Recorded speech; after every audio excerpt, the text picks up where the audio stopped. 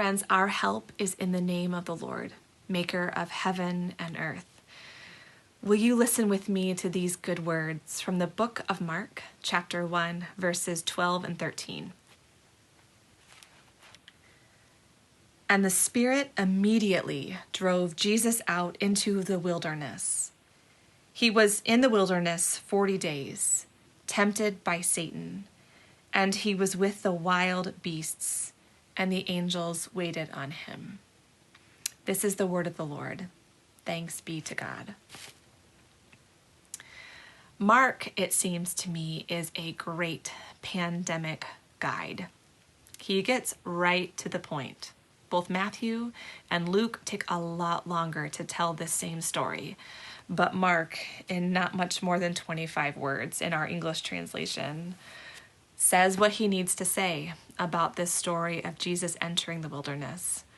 We often read this story on Ash Wednesday, the first day of Lent, as we enter 40 days of walking on a journey of repentance and prayerful fasting, of meditating on who Christ is and what idols we have set up in our lives, how we have gone astray, and how we need to return to the one who loves us. I love that we start here with Jesus' temptation in the wilderness. What I really love about the way that Mark tells this story is that he highlights that there are both protections with the angels and there are real things to fear with the beasts. I've thought a lot about what it's like to begin Ash Wednesday in the middle of a pandemic where we're just 11 months, just about a month shy into a year of living really differently than we ever thought we could. Why do we need to be reminded of our own mortality and frailty, of our own dust to dustness, when we have been reminded in so many ways over the last year of how vulnerable we are?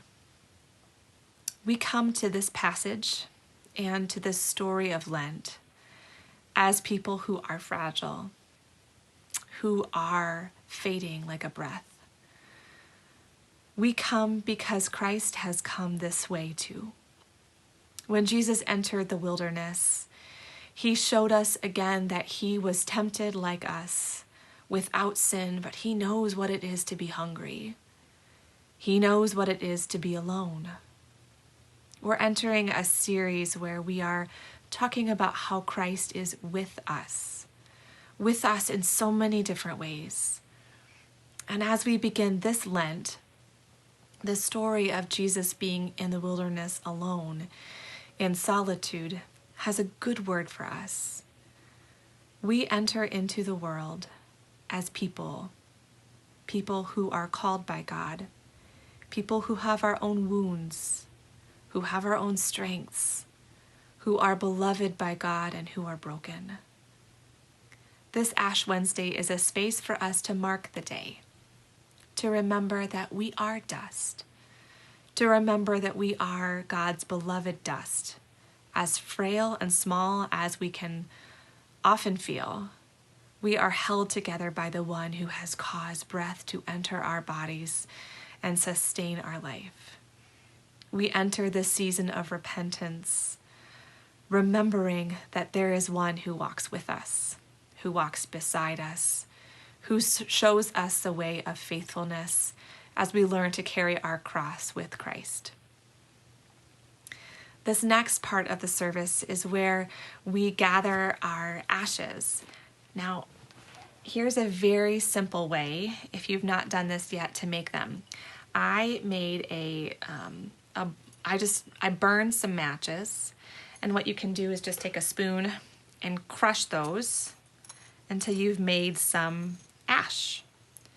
You can do this with a fire pit. There are many ways to be able to gather some ashes, but this was a really simple household way that I found to be able to do this together. Now, if you've not done this ahead of time, that's okay. I just encourage you to pause the video and you can just gather up some of this bits of ash. and clear away the extra wood if you have it there.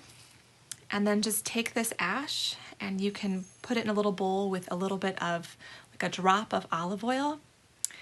And then whether you are alone or with other people, you can take turns going around making the sign of the cross on each other's forehead or on each other's wrist, the back of your hand if you'd like, and say to one another, "You are dust, and to dust you shall return." This is a way to mark our own creatureliness, to remember that we are made of dust and that we are made by the Creator of the dust.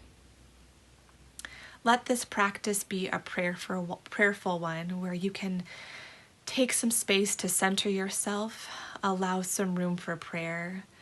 Ashes are a sign of repentance, of our frailty. They have kind of this deep and kind of almost inexhaustible meaning. What it is to be near to those in mourning. Some people find it really helpful to remember that we are also beloved dust.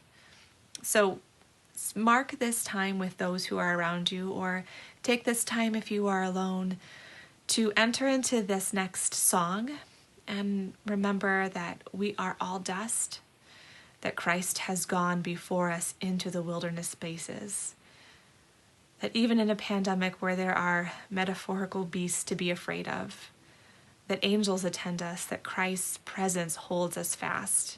As we enter this journey, there is one who has walked before us, who will walk beside us, who will go before us and lead the way. Welcome to Lent, dear ones. You are beloved dust.